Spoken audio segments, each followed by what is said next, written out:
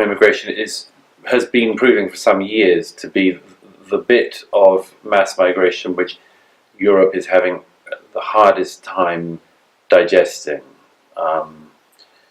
It's the hardest bit of it to absorb. My own view is that all peoples, when they travel anywhere else in the world, are going to bring a lot of the world that they have come from to the world they have come to. And that's always been the case. We recognize it. If somebody from Sweden moves to Denmark, there is a little bit of a cultural shift. If somebody from Denmark moves to Norway, there's a bit of a cultural shift. And yet we have been pretending that the mass movement of millions of people from very, very different countries and cultures will just have no impact or will be very easy and straightforward. And I think that's obviously not the case. And the beginnings of every single attempt to answer the challenges we have to begin with a recognition of that very basic truth, an acceptance of that basic truth.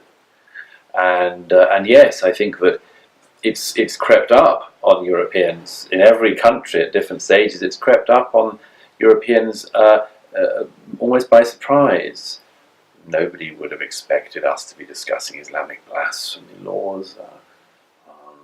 We just had this decision from the ECHR the other week about the Austrian blasphemy law case, and when post-war migration started, nobody expected that, and the public were surprised at first, and we had various events like the Rushdie affair, and more people realized, gosh, maybe there is a specific issue here. But as I say, every group of people comes with their own ideas, and it just seems to be the case for Europe that Muslim migration seems to be just harder to absorb for a whole range of reasons, and therefore we need to ask deeper questions about it. You know, we have a very strong welfare system in Norway, Sweden, Denmark, but France and UK are different. US is again different, and Canada is different, and Australia is different. All of these countries have the same Muslim immigration issues. So that is proven, but when I hear the European politicians, it's almost as if they don't want to recognize the culture and value problems. Well, no, because if you recognize specific values challenges, then you've got a lot of work in front of you, haven't you? It's much easier, for instance, to pretend that absolutely everything always comes out the same way. I'm struck that politicians aren't willing to admit this, and I think it's because, of course, as I say, there are these follow-on questions. What are you going to do about it? How are you going to make it cohere? How are you going to make it work? How are you going to make the whole society rise? You know, how are you going to do all sorts of things for the future generations if this miscalculation is a miscalculation that some of us think it has been? So these are very unsettling questions, and very unsettling for politicians, because they may also be unanswerable at this stage. And there's a problem. Yeah. After 9/11, George W. Bush said that you're either with us or against us. And I thought he was crazy for saying that. I thought it was too extreme. But now today I kind of have come to the same conclusion. Either you're with us or you're against us. Yes, there's an added complexity there, though, isn't there? Which is that the us is changing. Yeah. That's one of the hearts of the problem. If you say, I mean, this is, we have to confront these problems head on, and whether they're pleasant or not. And one of the most unpleasant parts of this problem is precisely this, that the us is a shifting thing that is becoming something else. So this makes the whole process of integration exceptionally hard. It's not easy, but it's possible to integrate into a society that knows what it is and tells you what it demands of you. It's very hard to integrate into a society that doesn't know what it's doing, doesn't know what it is, doesn't like much of itself, isn't quite sure about its viability or its validity, and says, nevertheless, become like us. It's pretty hard. Yeah. And of course you also might think, well, you seem somewhat uncertain of what you are. Why should I join this losing club? Why should I join the losers? And so yes, this is the problem. When the us changes, it's not like telling people to join the static thing. It's asking people to join you when you're on a conveyor belt going somewhere, but you don't know where. And we don't know where.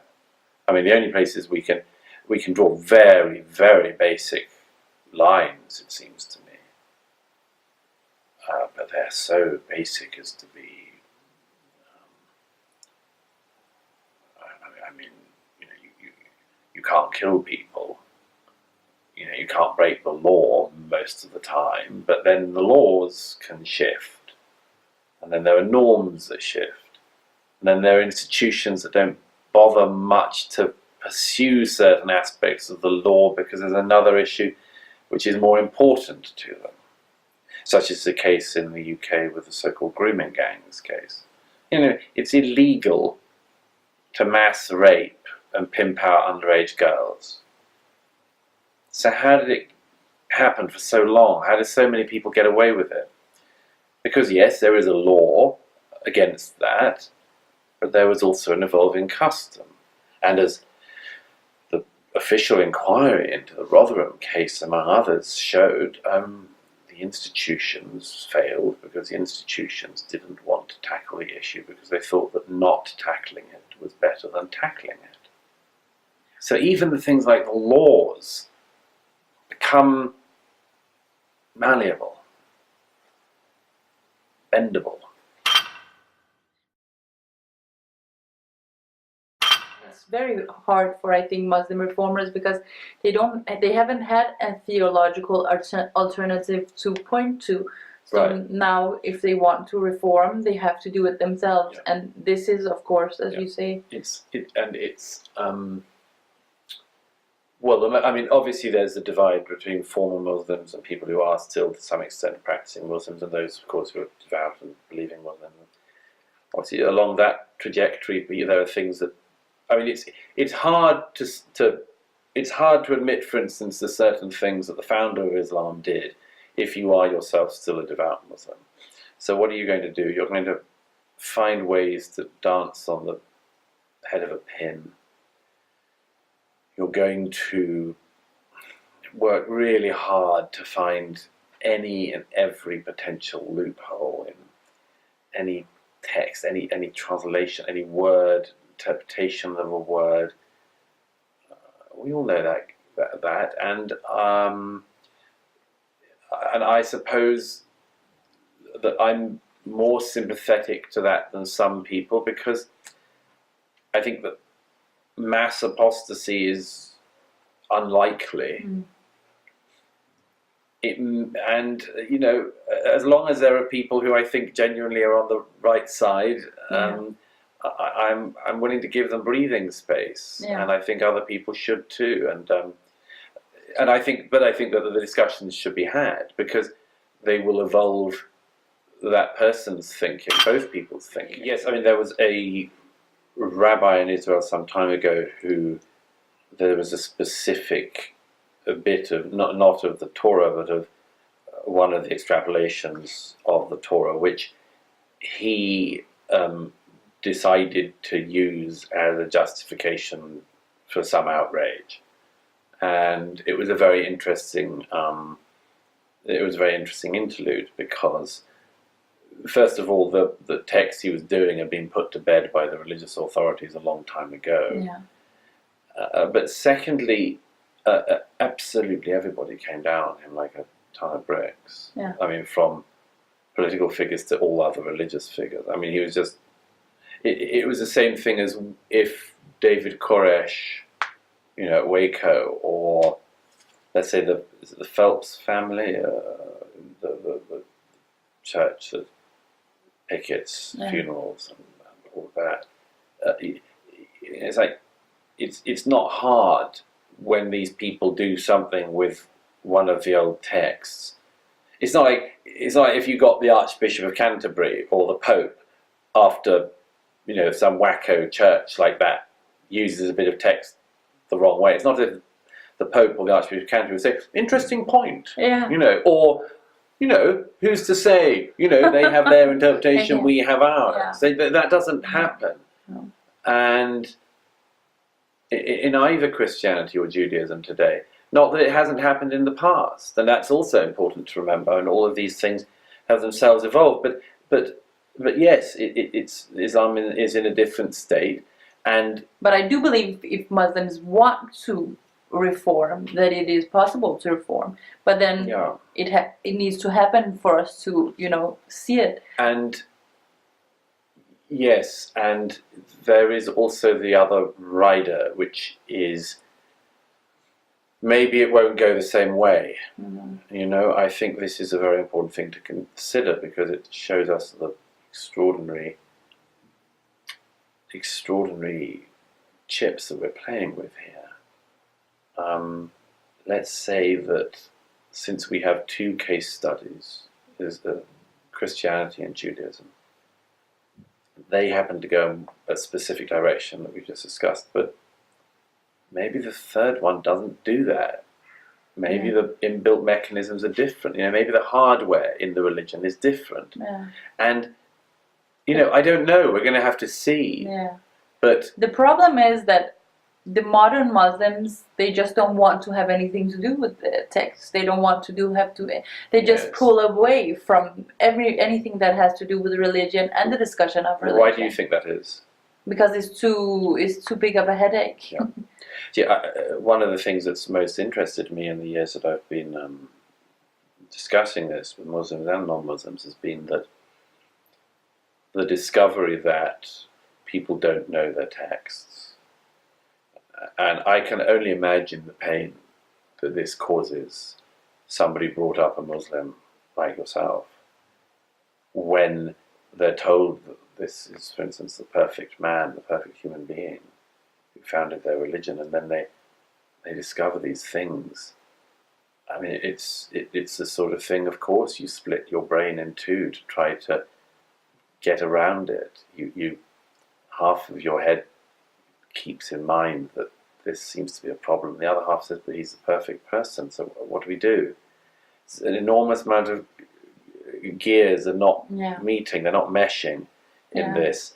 And it may be, to turn to the thing of mass apostasy, it may be that this actually does, that there actually is quite a significant chip that is going away at the foundations of the faith at the moment, the Islamic faith. It may be there is a fairly seismic thing, because people are in larger numbers becoming aware of the contents of texts that they previously wouldn't have been aware of. And that might change everything.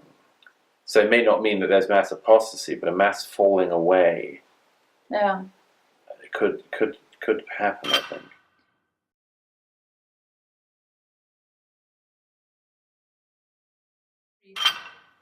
A lot of Muslim countries had some form of secularization or modernization with some rights for women and so on, and all of this was without talking about the religion, but suppressing the religion. And I don't think suppressing the religion or just not talking about the religion will help, because then if you still keep on telling yourself you're a Muslim, then people will come and say, oh, you're a Muslim, then you need to know this and that about your religion. Yes, what you describe, what I think of as the snapback effect, or the bungee rope effect, is one of the things we have to consider most, which is what if you can fall a very, very long way away from Islam, but that the pullback at the bottom is very fast indeed.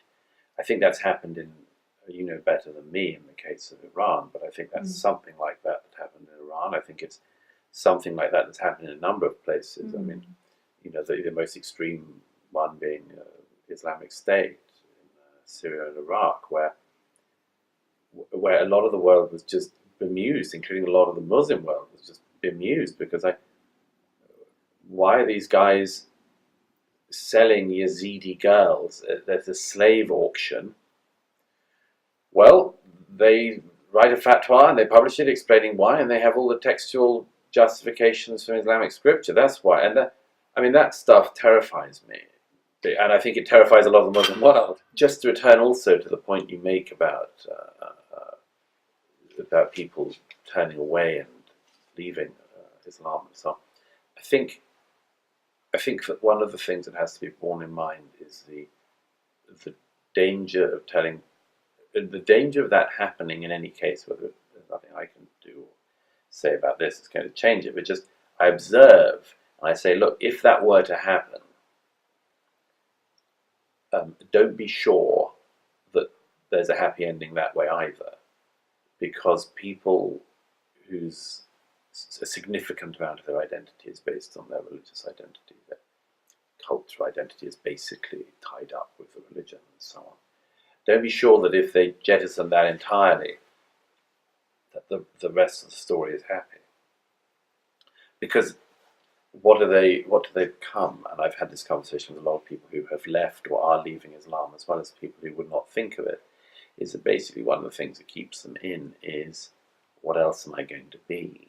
And this is a very significant challenge for Western societies, I think, now that we have very large Muslim populations, is we have to have some answer to that.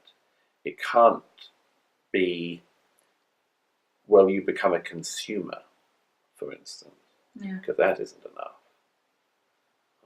It can't be, well, you can watch television like everybody else and go to the mall. That isn't enough. No. So I don't say I have the answer, but we need to be aware of this. This And what challenge. has surprised me the most is a lot of Muslims think that if they're not Muslims anymore, they'll become whores or do pornography all the time or something like that, because as if they don't have. That's a very common thing. It's all the way down the slide. If you don't have Islam, then it's going to go south for you. You don't have any morals and so on, and it's surprising because they live in these societies. They can see that it's not true, but still the propaganda from the religion is stronger than their own reality every day. They can see people who are not Muslims. They're not all whores. No, not all. No, I mean it's true. I just bear in mind also that there's that very very salutary story in Ayaan Hirsi Ali's first memoir, Infidel. You remember she tells the story of her sister who also came to Holland and couldn't cope with the life, really, and literally turned her face to the wall. I mean, just couldn't cope with the liberalness, apart from anything else, the freedom. Again, you know better than me, but I think there might be quite a lot of people in that position. True. And the last question, I don't know whether we don't have that much time either. The last question is a very open question. How optimistic are you about the survival of the Western civilization? How long have we got? Look, optimism and pessimism are not terms I'm very fond of because several reasons. First is that built into it is that optimism is better. Built into the whole, are you an optimist or a pessimist, is if you're an optimist, you can win. If you're a pessimist, nobody wants to be a pessimist. So that's the first thing. The second thing is, the truth is it varies day to day and country to country.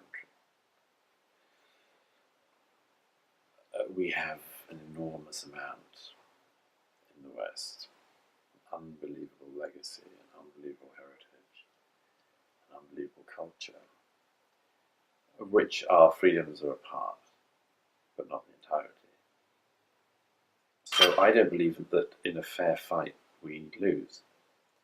But I often wonder whether the fight's that fair when, for instance, we have the self-hobbling of people determined to denigrate what they come from and what they enjoy. And only to just endlessly croon and coo about anything that isn't from the West. Yeah. And so, I mean, that's a self-imposed unfair fight. That doesn't involve any extremists or anything. That's just what we do to ourselves. I'm struck very much at the moment by the extent to which there seems to be an innovation of smart people who should know better. I'm very struck by how few adults there are left in the room. It's very, very worrying. That too much, I think, on a range of issues is being carried by too few people, and it's not sustainable. And most of the adults have left the room. There is an absolutely dead certainty these days that if you find somebody in authority in an important institution, they will not be able to sustain the validity of the institution on its own terms. They will have imbibed or be in the process of imbibing a whole set of self-negating propositions given to them by people who loathe them. And almost without fail these days, this is the case. And that makes me very, very worried. Not pessimistic, very worried. I mean, I'm very pleased that people are finding stuff out for themselves that the mainstream media won't tell them. But I think it's very dangerous if we end up in a situation where a phrase I'm always quoting from Irish writer Kevin Myers, I think it's very worrying if we get to the stage where truth is whatever you're having yourself. Yeah. I mean, I think it's not possible to cohere a society without some kind of agreed upon stories of what happened yesterday. I mean, an agreed version of what happened yesterday. And we're coming away from that. Yeah. So I agree. I mean, I think one of the biggest points for optimism is exactly to say is people and the technology that people are now able to harness to break through.